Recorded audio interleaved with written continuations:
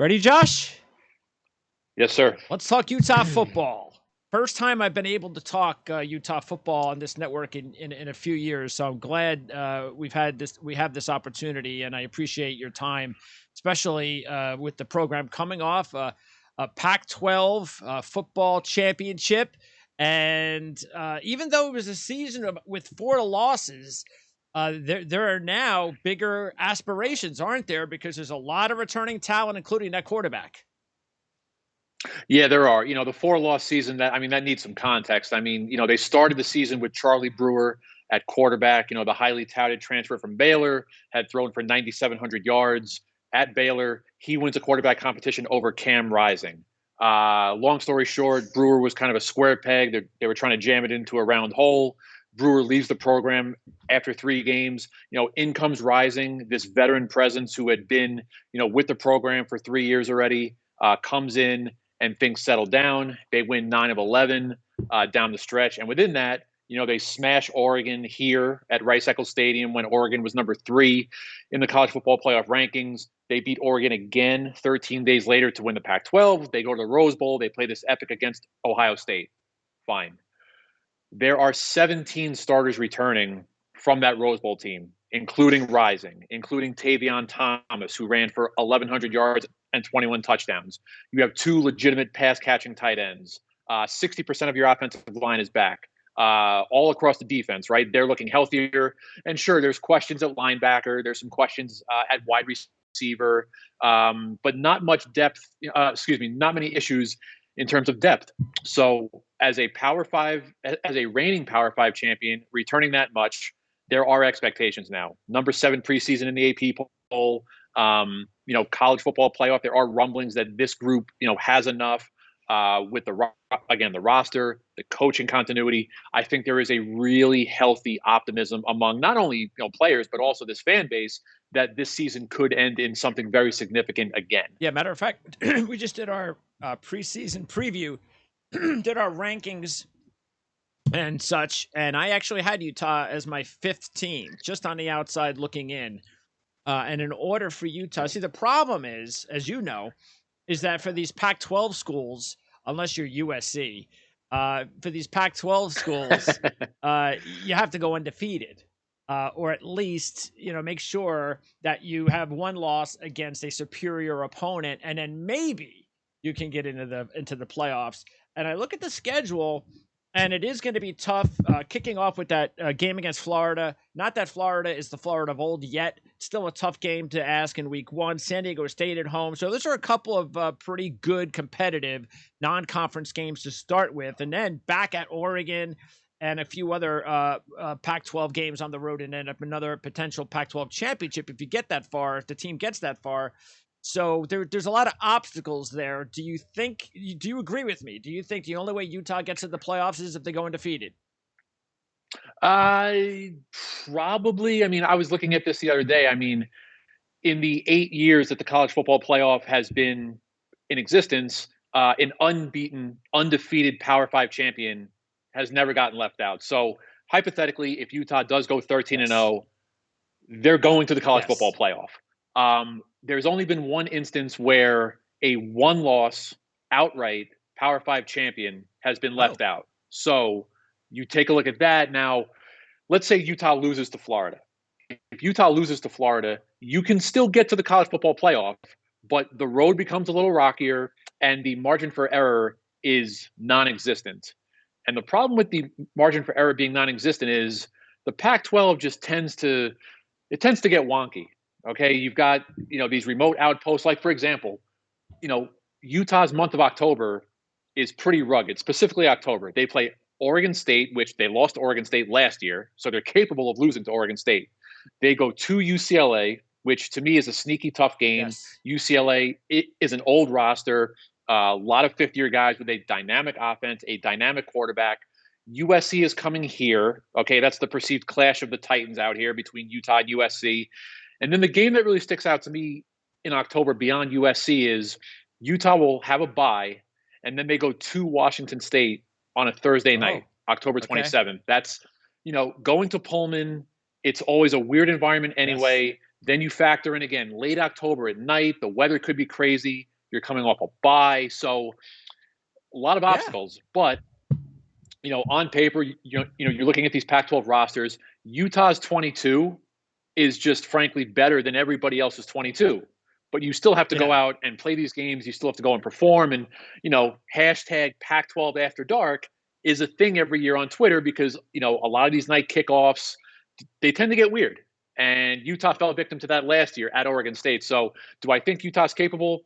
Yeah, I think there's enough, veteran presence and again, coaching continuity between Kyle Whittingham and the two coordinators that have been here forever. Utah is absolutely capable of getting to the college football playoff, but you still have to go out there and play these games. All right, well, let's break down the roster. And we mentioned Rising. So after what happened last year, I think this gives Utah obviously a really good leg up on the rest of the competition in the conference. And because you would assume he's only going to get better. What makes, to me, to the outsider, what really made Cameron Rising special was it appeared that he just got along so well with everybody, like a team leader, the quintessential leader that really just changed the entire dynamic once he stepped foot on the field as a starter. Yeah, look, he shows up here in 2019 as a transfer from Texas and was not eligible immediately. So, you had to sit out a year, and he spent the year up in the box with Andy Ludwig, the offensive coordinator, learning how Ludwig operates, learning how Ludwig calls a game, learning the offense. And, Rising's been through a lot. He wins the quarterback competition in 2020, but blows out his shoulder on the 14th offensive snap of the opener. Comes back last year, loses it to Brewer. It comes back around. It's Rising's deal. But Rising is that type of kid where he is like very affable, very likable. His teammates like him. He's one of those young people. He just has that aura, right? That people want to be around him. And he's smart and he's well spoken. And he comes from an athletic family with this, alpha male type of father that kind of groomed him in this manner. So that was the big thing. And I remember sitting in the press box at San Diego State last year, game 3, and things were not going well with Brewer, right? He threw a pick. The offense was stagnant. Mid-third quarter, Kyle Whittingham pulls Brewer, puts in Rising. And I remember looking at the other beat writers there, and everything changed. The offensive line looked, more vibrant. Everything just sort of fell into place. And, he goes 19 of 32 at San Diego State. He almost steals this crazy triple overtime game. But I remember walking out of the press box at San Diego State. I'm like, this could go one of two ways. Like, this could be like an aberration that he just played out of his mind, or things are going to turn now because everything looked like it was going better. And it turned out to be the latter because Rising, again, everybody just gravitated. He was the leader and he was confident and he made plays.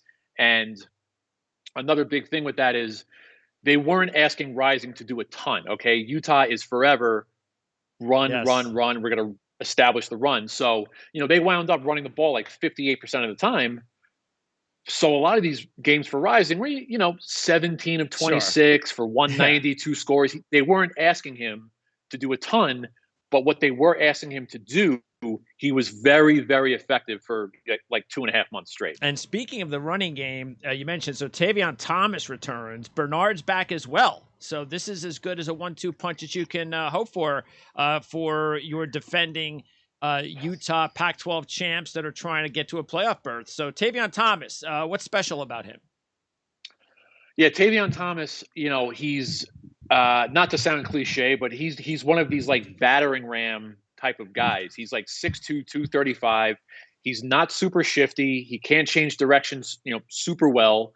He, I haven't seen him, a lot because we haven't watched practice, but he doesn't catch the ball out of the backfield well, but he is a straight ahead, run it down your throat, 6 yards, 8 yards at a clip. And, credit to him. I mean, he played really well in the opener last year against Weber State, an FCS school.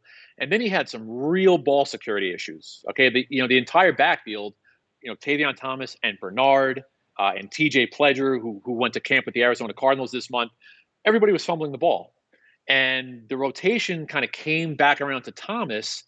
And Kyle Whittingham was saying, throughout this whole thing, he benched Tavion Thomas. Tavion Thomas was like deep in the doghouse. But Whittingham kept saying that, we like Tavion. He's capable. He's an older guy. He gets it. We just have to figure out this ball security stuff. And it comes back around game 4, and I think he might have fumbled one time in the final 9 games, but he was terrific. 1,100 yards, 21 touchdowns, and most of that came in essentially like 10 games. Yeah. He played in 13 games, but all that work pretty much came in 10. So again, veteran guy, you know what you're getting. Running behind, a solid offensive line. There's been some minor, position battles that the coaching staff tried to soft sell the media on some position battles, but they're pretty well stocked. Tavion Thomas and Mekhi Bernard is this versatile. He's a terrific pass catcher out of the backfield. I think he caught like 25 or 26 balls. Super versatile kid, super strong. You know what you're getting out of him. And, the running back room is deep. After Thomas, after Bernard, it's Jalen Glover, who's a 4-star kid out of Florida. It seems pretty clear that Jalen Glover is going to play some sort of role immediately in that backfield. And, the room is so deep that a kid by the name of Chris Curry, who was an LSU transfer, very talented kid, he can't find the field. Okay. And then Ricky Parks, who was another 4-star kid in I believe the 2021 class or maybe 2020 class, can't get on the field. Like a 4-star kid, kid's very talented. Good problem to have. Great problem to have. So whatever Utah loses annually in terms of depth or graduation or NFL draft stuff, they will always have a running back and they will always have an offensive line. Those two things never change. Is Daniels the top lineman on the team, and is he the one with the highest ceiling pro prospect-wise? I would say right now, yes. They lost some real talent in Nick Ford at center. He went to camp with the Jaguars. Bam Olaseni went to camp with the Packers. So what's happening now is Braden Daniels was your starting right tackle last year. They have now kicked him over to left tackle, and he is kind of entrenched, protecting Rising's backside. I will be curious to see, kind of what the situation is with Daniels. Look, again, talented kid, high ceiling, knows what he's doing. But in fairness, you are playing this position for the first time. Sure. And not only are you playing it for the first time, you are going into the deep end at Florida, needing to really be on task. Okay. And then the receiving situation, it seems like Utah always has good tight ends, and this season is no different. And there's two tight ends now that stick out, which is a nice problem. Another nice problem to have. I don't even consider that obviously a problem, but who out of the two, who has the higher ceiling? That's a great question. I think if you're talking about a true tight end in terms of kind of doing everything, blocking, putting your hand in the ground and hitting somebody, catching the ball, I think Dalton Kincaid has the higher NFL ceiling. I think he has better size than Brant Kuithe. But if we're talking about the here and now and what these guys are doing for Utah, Kuithe is this versatile guy. Look, he played running back in high school. He's lined up out of the slot. So I think what you're going to see out of Kuithe might be, and I would have to think about this, but I think Kuithe might be the most indispensable player on offense after Rising. Because I think Kuithe, again, he can line up a tight end. He can line up out of the slot. We saw him a couple of times line up outside. There will be a jet sweep here and there with Kuithe. So he just does so many things, such a veteran presence. This is his 5th year. He flirted heavy with going to the NFL after last season. He decided to come back for one more go. The NFL scouts and the personnel didn't give him, a strong grade. So he did the right thing, and, he's back for another year. So Kuithe, Kincaid. But then the question becomes, Utah loves to run 13 personnel. Love to run 13 personnel. So you had a kid by the name of Cole Fotheringham, who was your 3rd tight end last year, went to camp with the Raiders this month. So now you're kind of searching for that 3rd tight end. Munir McClain is a wide receiver turned tight end. They like him. Australian kid by the name of Thomas Yasmin. He hasn't really played a ton, but they like him there. So, again, what you're getting out of Kuithe and Kincaid, but you're still looking for that 3rd tight end because they really like to employ 13 personnel. All right. Well, that makes sense why they have 2 good ones then. All right.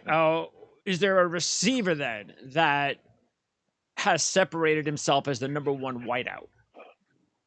Yeah, so Devon Vele is the perceived number one wideout. And I should say, look, the wide receiver position has not been a position of strength in recent years for Utah. And a lot of that is, twofold. One, again, you're running the ball a ton. And two, you have legitimate pass catching tight ends that, I think Keithy and Kincaid combined for something like 65 or 70 passes last year. So sometimes there's not a ton for to go around to the wide receivers. But this kid Vele had, former walk-on, showed flashes last year. I think he was like 23 catches for 300 yards and a touchdown, but he's got the size, right? He's 6'4", he's fast, he can go over the top. They think that Vele is ready to take a significant step forward. Solomon Enos is another veteran guy, fourth year in the program, the son of the great Penn State running back Curtis Enos, okay. right? Who played in the mid 90s. So Enos is another kid who, again, the size, and he's flashed a little bit, but he hasn't taken, that gigantic step forward to really turn into, that legit, that second option or that number one option. So Vele, Enos, Britton Covey is gone, right? The stalwart at slot, a dynamic punt returner, he's gone. So young kid by the name of Money Parks.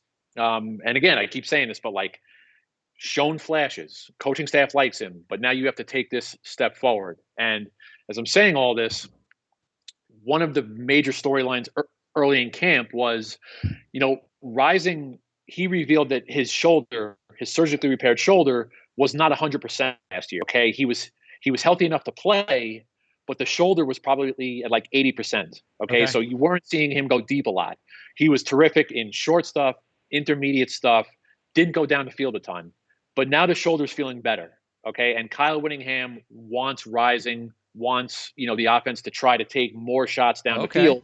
So this is kind of the fascination of the offense is what can Rising do? Can Vele rise to the occasion? Can Solomon Enos cash in on what people think he could be? So if you want to evolve as an offense, you have to start taking some shots. You have to start making some plays. So that, to me, is where the fascination is with this offense. And Vele, would he still also be the guy that could be the one that is considered also a deep threat, or would that be someone else like Enos? No, that's Vele. No, that's Vele for sure. Okay. I think it's Vele and Enos. Just with the size and the speed and the ability to go over the top and win a one-on-one battle. And again, look, you're going into the deep end, right? This isn't Weber State. This isn't Southern Utah. It's Florida. That's right. Florida has at least one legit NFL level cornerback in Jason Marshall Jr. So is it Vele versus Jason Marshall? I mean, can Vele go into the swamp as a number one guy and catch, I don't know, 6 passes, 7 passes? I don't know. Yeah. And the strength of the Gators defense is their secondary. So, this is going to be interesting. Vele is, we might think he's capable, and he might be, but we don't know because he hasn't been asked to do this yet. Yeah. All right. Well, and that's the fun thing about college football is that there like you were saying, you don't know. There are so many chances and opportunities for kids to break out and step up. Yep. And some do and some don't. And that's the difference between a good or a great season. Okay. Defensively, and this is, of course, where Utah makes its bones with Whittingham. And if you know Utah football, defense is really number one. And they always seem to have some really good edge guys. And it doesn't seem like there's a difference here with Tafuna. Would Tafuna be the number one edge rusher? Tafuna is inside as a defensive tackle. Okay. He's a monster. I'll tell you what, there was an injury along the defensive line to an older guy last year. They plug in Tafuna, and Tafuna was terrific. He was the Pac-12 Defensive Freshman of the Year. Just a disruptor, just a clogger of the middle. Utah's run defense is generally pretty stout. And, look, circumstances are crazy sometimes, and injuries happen. And if that injury doesn't happen last year and, Tafuna doesn't slide in there, game 3, game 4, we don't know what he would be, but he was terrific last year. So Tafuna inside, and then if we're talking about edge rushers, Van Fillinger is a third-year sophomore now, 4.5 or 5 sacks last season. Just has that size and the long arms and the physicality, and I remember watching Fillinger a couple of times last year, and he was just ferocious. There were moments where he was he was ferocious. So they're expecting a bigger season out of Fillinger. Okay. And then that second edge spot, that was one of those kind of position battles where it's nothing major. Like they like their depth, they just didn't know what they were going to do with that. Thinking edge rusher. Gabe Reed is a Stanford transfer. Kind of played that hybrid linebacker who can come off the edge last year. Capable of playing defensive end. They like him as a potential defensive end in what they try to do here at Utah. Jonah Ellis, young kid, the son of Luther Ellis, who played in the NFL, is now back coaching along the defensive line. Mickey Shungataraga is another option at defensive end. So you have a bunch of spots here on both sides of the ball where there are question marks, but you have enough depth where nobody's really worried about it. If there was no depth, this would be a different conversation. Okay. But they have depth. You just have to figure out what works best within your depth. And so you think Fillinger has the biggest upside as far as edge rusher? That depends who you ask. I mean, I don't pretend to be a pro personnel guy. I mean, I think that Fillinger is terrific. I think he has an upside. But you talked, depending on which coach you talk to, some people think it's Jonah Ellis. But again, goes back to depth, and you have enough options where you're going to figure it out. Okay. So basically, Fillinger, Reed, and Ellis, those are your top three edge rushers. I think so. Okay. I think that's accurate. Yes. All right. And then Diabate, speaking of Florida, he arrives to help pick up the slack. Of course, Lloyd is gone to the NFL. What kind of a pickup is Diabate? It's an important one. Devin Lloyd and Nephi Sewell are both gone. They were, longtime stars at the position. Devin Lloyd played in 40 some odd games, started 30 plus. Nephi Sewell was terrific at the second linebacker spot for 2 years. So you don't just replace those guys, especially Lloyd. Yeah. Lloyd was a monster, just sideline to sideline, did everything, came off the edge, had 4 picks, had a couple of pick sixes, did everything for that defense. So, but the thing is, you look at the different defensive positions, and in my opinion, the linebacker room is the deepest within the defense. Oh, okay. But so many of those guys are green, haven't played a ton because you had Lloyd and Sewell. Now, what Diabate brings a veteran presence to a young, inexperienced room, right? Diabate has played in, 37 games, started 17 games for the Gators. So that's a veteran presence. You pencil him in at one linebacker spot, no question. And then it becomes a matter of what do you do with those other, if you go 4-2-5, you need two linebackers, but Utah likes to employ 3 linebackers. So 2 names jumping out at you. Kareni Reed, who is a second-year guy, played well in spurts last year. Lloyd was out for a game or suspended for a half because of targeting. So Reed played really well, in the moments that he was asked to, step forward. Okay. So it's Diabate, it's Kareni Reed, and then a kid by the name of Lander Barton, who 4-star kid, local kid here out of Brighton High School. Got offered by all the heavies, all the blue bloods, the crown jewel of this recruiting class. Okay. Can 18-year-old Lander Barton step into the swamp and do this immediately?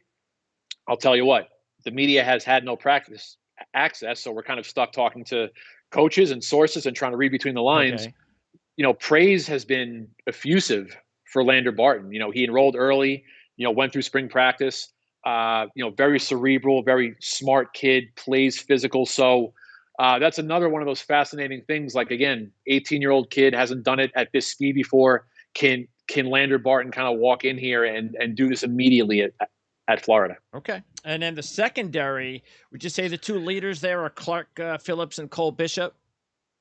Yeah, it's pretty close. I think that's pretty close. Clark Phillips is was the highest rated recruit in program history. 4-star kid. They flipped him from Ohio State on signing day. And he came, he's come in here and he's exceeded all expectations. He's been a disruptor. I'm actually working on a gigantic story involving Phillips, so these numbers are fresh in my head. 15 passes defended last year, 13 breakups, 2 picks, 1 went back for a touchdown. Excellent on an island in one-on-one situations. He's your number one guy. He's a leader. He's vocal. He's one of the captains this season. Cole Bishop is, an interesting story. Cole Bishop was committed to Duke, a kid from Georgia. He was committed to Duke. And then Morgan Scalley, the defensive coordinator from Utah, got a hold of Bishop's film and, saw him, met him, offered him on the spot. And then he was a revelation, late last season, got in there, made a bunch of plays. We're talking like he didn't step into a primary role until like early November. Okay. Down the stretch as Utah was clinching the Pac-12, and he was terrific. And, another kid, vocal, a film room rat, so to speak, likes to critique himself, wants to get better. So, young kid still though, right? True sophomore, hasn't played a ton, but the staff loves him. So, Phillips, Cole Bishop in the secondary. You've got R.J. Hubert also in the defensive backfield room. He's a safety, coming off an injury, but an older guy. So, Bishop, R.J. Hubert, Clayton Isbell is a 2-time FCS All-American, transferred in here. He's going to play. The cornerback situation, I'm sure, people who follow college football, if you watch the Rose Bowl, Mekhi Bernard, the running back, started at cornerback in the Rose Bowl because the position was so devoid of depth because of injury. Yeah. Guys are healthy now. Okay. So it's Phillips. Okay. It's JT Broughton, who was an all Pac-12 kid in 2020, blew out his shoulder early last season. He's back. Zamiah Vaughn is a young kid who played a ton last year. Fabian Marks is another young kid. So any questions that anybody might have about Utah, the secondary is not one of them because that crew is healthy.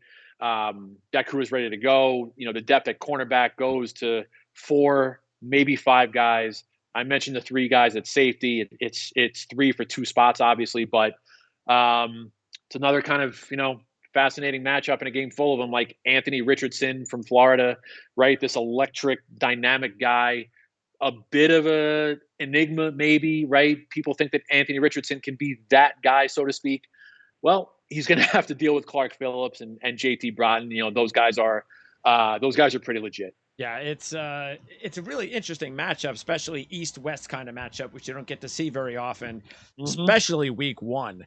But you still have to favor Utah because, again, I was just talking to Scott Carter, FloridaGators.com yesterday, and he was just talking about, it's still a very young team that, including Richardson, and you don't know what you have in the kid Richardson. He is a dynamic looking player, but whether or not he has the accuracy and the timing down, especially week 1 against a team like Utah, that's yet to be seen. So I still got to definitely favor Utah. But anytime you go on the road and play a team like Florida in the swamp like that early in the season, it's always going to be tough. It is. You can break this. And look, I've been looking closer at the matchup and the 2 rosters as we get closer. I don't think it's crazy to say, look, Utah's 22 is better than Florida's 22. Yes. I don't think that is out of line. I'm not a homer for saying that, but Utah still has to get on a flight and go 2 time zones and deal with the heat and deal with the humidity and deal with the atmosphere of Ben Hill Griffin Stadium. You have to deal with, Billy Napier might be a new head coach, but maybe that's the Florida's advantage, right? There's no film of a Billy Napier coached Florida team for Kyle Whittingham to dissect. Yeah. So, I've looked at this any number of ways, and I've talked to people in Florida. I've talked to media. I've talked to people around, the Florida program. And it just goes back to even them down there. It's Utah is better, but Utah has to go in there and deal with it. So, but I think some of that goes back to, veteran presence, rising at quarterback, coaching continuity. Utah plays annually, at Arizona State. They've dealt with the conditions before. So I don't know. As we get closer, I've talked myself into, Utah should probably win this game, but who knows, really? And again, Richardson is definitely the X factor because we don't know whether or not he's ready to be a star or it's just a little too early to tell. Okay, and then before I let you go, how are the special teams looking? Especially, punter, kicker. Is that looking like that's going to be a pretty good situation this year, or is it a question? Yeah, that's a tremendous question. That was actually a huge point of contention last year. The special teams. Let me start with this. Kyle Whittingham, very early in his career, was a special teams Yes. coach. So he takes special teams very seriously. He takes a hand in his special teams, and his special teams were a dumpster fire last year. You know, uh, Kickoffs getting returned for touchdowns. Even in the opener against Weber State, they gave up a 100-yard kickoff return for a touchdown. So I think they gave up 2 or 3 kickoff return That's not touchdowns. good. They had a punt blocked at Oregon State that got returned for a touchdown. A second punt blocked at Oregon State got called off due to a penalty. A blocked punt inside the 10 during the Rose Bowl completely flipped the momentum of that game. So where are we? Cameron Peasley, the punter last year, he hit the portal. They bring in an Australian kid by the name of Jack Baumeister. Australian kid. All right. Love their Australian punters here at Utah. Love the Pro Kick Australia guys. So Baumeister again, Australian kid with the Aussie rules background. Spent a year at Michigan State during the pandemic. Went home to Australia. Now he's back with Utah. Kyle Whittingham. He's been pretty complimentary of the job that Baumeister has done. So it's Baumeister. Michael Williams might see some punting duties if you're talking about a directional situation, something specialty like that. In terms of returning, Covey did so much of the work in terms of kick return. So that job is kind of up in the air. Devon Vele might see some punt return duties. Mekhi Bernard might see some punt return duties. Money Parks, a bunch of different options. So, excuse me. I think the MO in terms of punt and kick returning, I think what we might see early is, look, Covey, every time Covey touched the ball, something huge was capable of happening. Yes. Every time. But I think what you might see here is Utah's offense is dynamic enough where, they can do things quickly down the field. They can pick up chunks of yards. I think your punt returner, just field the ball. Field the ball. You don't have to be a hero. Field the ball. The offense can take care of it. Kick return guy, that mindset might be a little different because you're getting a running start. You can, right? But stay away in from terms of strictly penalties, punt return, stay away from penalties. Sure, that's another huge Kyle thing. If you commit a penalty, you will sit down. But punt returning, field the ball. That's all you really have to do. Anything beyond that is a bonus, in my opinion. And if the game's on the line, kicker, field goal. Jaden Redding. Well, it's technically, again, this is one of those kind of soft sell position things. They had some kicking problems last year, but Jaden Redding was an all Pac-12 kicker in 2020. Struggled a little bit. He won the job out of camp last year, lost it after he struggled, got it back after Jordan Noyes struggled. So, we're sitting here, we're recording this on August 25th.